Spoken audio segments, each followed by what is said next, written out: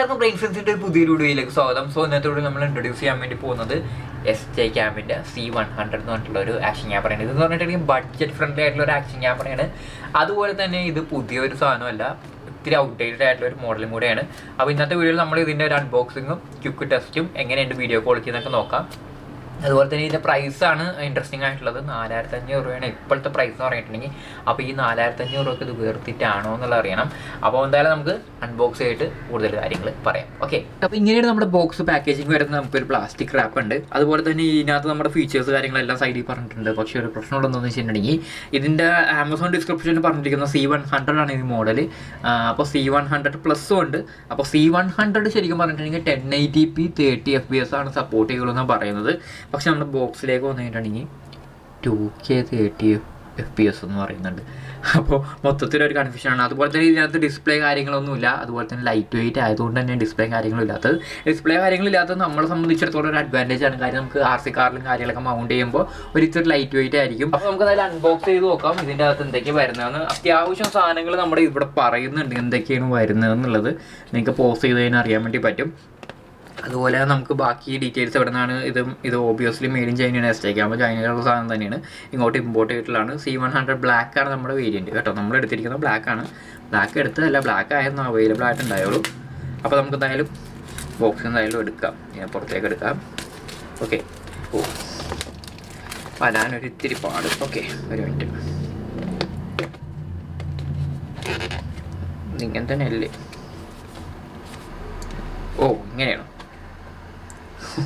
Okay, ഇങ്ങനെയാണ്. Okay, അപ്പോൾ ഇതാണ് നമ്മുടെ ക്യാമറ എന്ന് പറഞ്ഞിട്ടുണ്ടെങ്കിൽ നിങ്ങൾക്ക് അറിയാൻ വേണ്ടി പറ്റും. അത്യാവശ്യം ചെറുതാണ്, വെയിറ്റ് ആയിട്ട് മാത്രമില്ല. ഇപ്പോൾ ഈ വാട്ടർ പ്രൂഫ് കേസിങ്ങിലുള്ളത് കൊണ്ടാണ്. അപ്പോൾ നമുക്ക് എന്തായാലും മാറ്റിയിട്ട് നോക്കാം. അപ്പോൾ ഇവിടെയായിട്ട് നമുക്ക് ബാക്കി ആക്സസറീസ് കാര്യങ്ങൾ വരുന്നുണ്ടാവണം ഈ ഒരു ബോക്സിൻ്റെ അകത്ത്. ഓക്കെ, നമുക്കൊരു ക്ലീനിങ് ക്ലോത്ത് ആദ്യം വരുന്നുണ്ട്. അത് കഴിഞ്ഞാൽ പിന്നെയുള്ള ആക്സസറീസാണ്, എല്ലാ സാധനങ്ങളും ഉണ്ട്. അപ്പോൾ നമുക്ക് വരുന്നത് മൈക്രോ USB ചാർജിങ് കേബിളാണ്. കാര്യം ഇതൊരു ഇത്തിരി ഔട്ട്ഡേറ്റഡ് ആയിട്ടുള്ള സാധനം ഇതുകൊണ്ട്. അതുപോലെ തന്നെ നമുക്ക് സ്റ്റിക്കി പാഡ് വരുന്നുണ്ട്. പിന്നെ നമുക്ക് 2 മൗണ്ട് വരുന്നുണ്ട്. ഓക്കെ, ഇതെന്ന് പറഞ്ഞിട്ടുണ്ടെങ്കിൽ ഒരെണ്ണം നമ്മൾ സ്ട്രെയിറ്റ് ആയിട്ടുള്ളതായിരിക്കും, ഒരെണ്ണം ഒരു ഇത്തിരി കർവ്ഡ് ആയിരിക്കും കേട്ടോ. ഇതൊരു ഇത്തിരി കർവ്ഡാണ് നമ്മുടെ ഹെൽമെറ്റ് മൗണ്ടൊക്കെ പോലത്തെ. ഇത് നമ്മൾ സ്ട്രെയിറ്റ് ആയിട്ടുള്ള ഫ്ലാറ്റ് ആയിട്ടുള്ള മൗണ്ടാണ്. അത് അതിൻ്റെ പൊക്കത്തേക്ക് വെക്കാനുള്ള മൗണ്ടാണിത് കേട്ടോ. ഇത് അതിൻ്റെ പൊക്കത്തേക്ക് ഇങ്ങനെ ക്ലിപ്പ് ചെയ്തിരിക്കും, ഇങ്ങനെ ക്ലിപ്പ് ചെയ്യും സാധനം. അതാണ് സംഭവം. പിന്നെ നമുക്ക് ഇതിനകത്ത് വേറെ എന്താ വന്നിരിക്കുന്നത്, ഒരു കേബിള് പോലത്തെ ഒരു സാധനം, ഒരു ടൈ വരുന്നുണ്ട്. നമുക്ക് കൈത്തെ കൂടെ ഇടാനുള്ള സാധനമാണെന്ന് തോന്നുന്നു. ഓക്കെ, ഒരു ലാൻഡ് കേബിൾ പോലെ തന്നെ കേബിൾ വരുന്നുണ്ട്. അത്യാവശ്യം ലെങ്ത്തുള്ളൊരു കേബിളാണ് അത് നമുക്ക് വരുന്നുണ്ട്.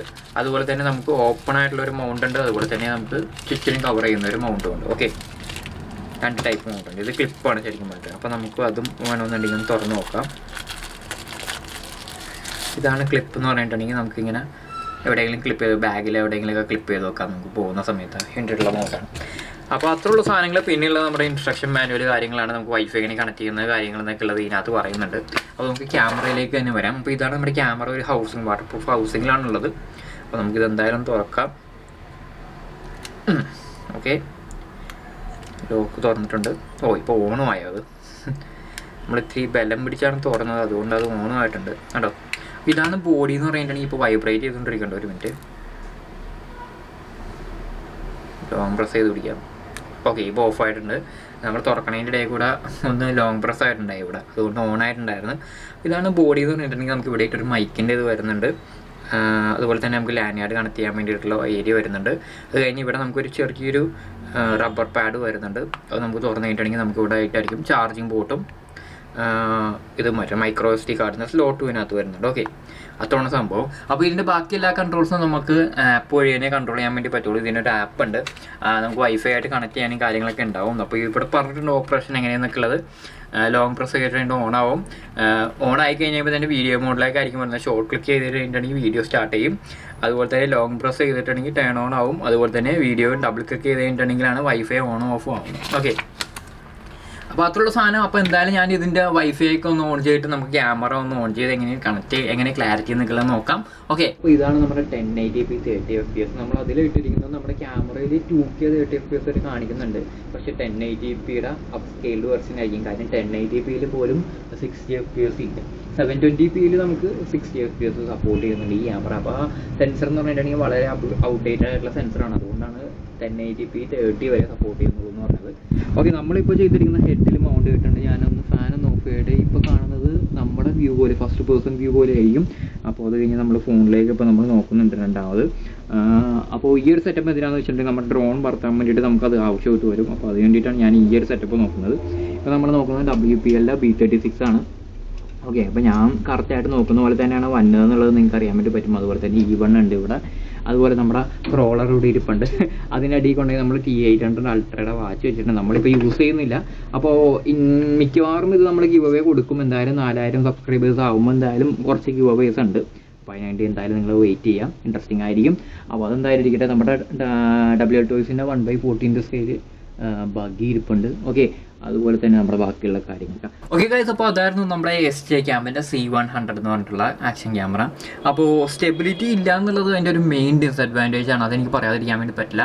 ബട്ട് ഓവറോൾ വലിയ കുഴപ്പമില്ല. പക്ഷേ അതുപോലെ തന്നെ നമുക്ക് മെയിനായിട്ട് ഇഷ്യൂ വരുന്നത് നമുക്ക് സൗണ്ട് നമുക്ക് വളരെ കുറവാണ്. മൈക്ക് ക്വാളിറ്റി കുറവാണ്. നമുക്ക് പെട്ടെന്ന് സൗണ്ട് കിട്ടില്ല. അപ്പോൾ നമ്മുടെ നേരത്തെ വീഡിയോയിലെല്ലാം നമ്മൾ അത്യാവശ്യം ബൂസ്റ്റ് ചെയ്തിട്ടാണ്, ഓഡിയോ ബൂസ്റ്റ് ചെയ്തിട്ടാണ് എടുത്തിരിക്കുന്നത്. അതുകൊണ്ടാണ് നമുക്ക് അത്രയും നല്ലപോലെ കേൾക്കാൻ വേണ്ടി പറ്റുന്നത്. അതുപോലെ തന്നെ ചില സമയത്ത് ഒരു ഇത്തിരി മഫിൾഡ് ആയിട്ടാണ് കേൾക്കുന്നത്. അതുപോലെ തന്നെ പുറത്താണെന്നുണ്ടെങ്കിലും ഫാൻ്റെ ഒക്കെ അടുത്താണെന്നുണ്ടെങ്കിലും ഭയങ്കരമായിട്ട് വിൻ നോയ്സ് പിടിക്കുന്നുണ്ട്. ഒബ്വിയസ്ലി അതെല്ലാം നമ്മൾ എക്സ്പെക്ട് ചെയ്യണം. ഇതിൻ്റെ ഓഡിയോ നമുക്ക് അങ്ങനെ അത്ര വലിയ ഇതിൽ സുഖത്തിൽ എടുക്കാൻ വേണ്ടി പറ്റില്ല.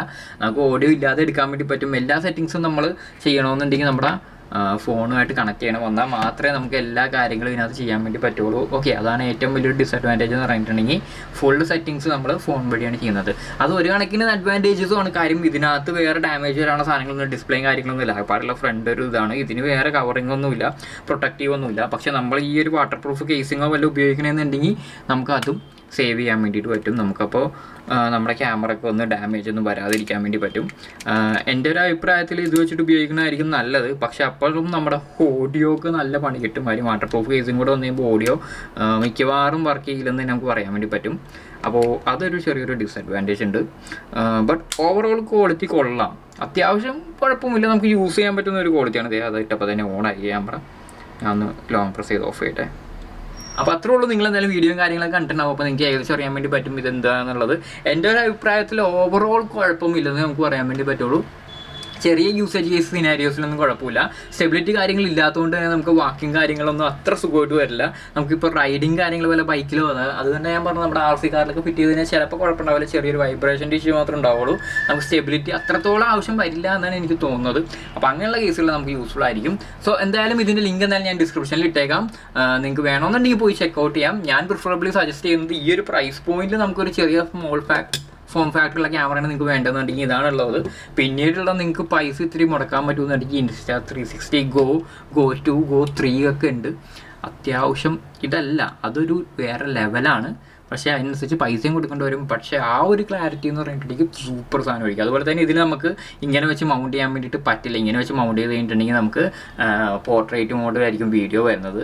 ഓക്കെ, അപ്പോൾ ഇങ്ങനെ തന്നെ വെച്ചിട്ട് മൗണ്ട് ചെയ്യണം. ഇല്ലെന്നുണ്ടെങ്കിൽ നമുക്ക് തലതിരിച്ചും വേണമെങ്കിൽ മൗണ്ട് ചെയ്യാൻ വേണ്ടി പറ്റും. അത് ഫ്ലിപ്പ് ചെയ്യാനുള്ള ഓപ്ഷൻ നമ്മുടെ ആപ്പിലുണ്ട്. സോ നെക്സ്റ്റ് വീക്ക് വേറെ എന്തെങ്കിലും ഇൻട്രസ്റ്റിംഗ് പ്രൊഡക്റ്റായിട്ട് വരാം. അതുവരത്തേക്കും ബൈ.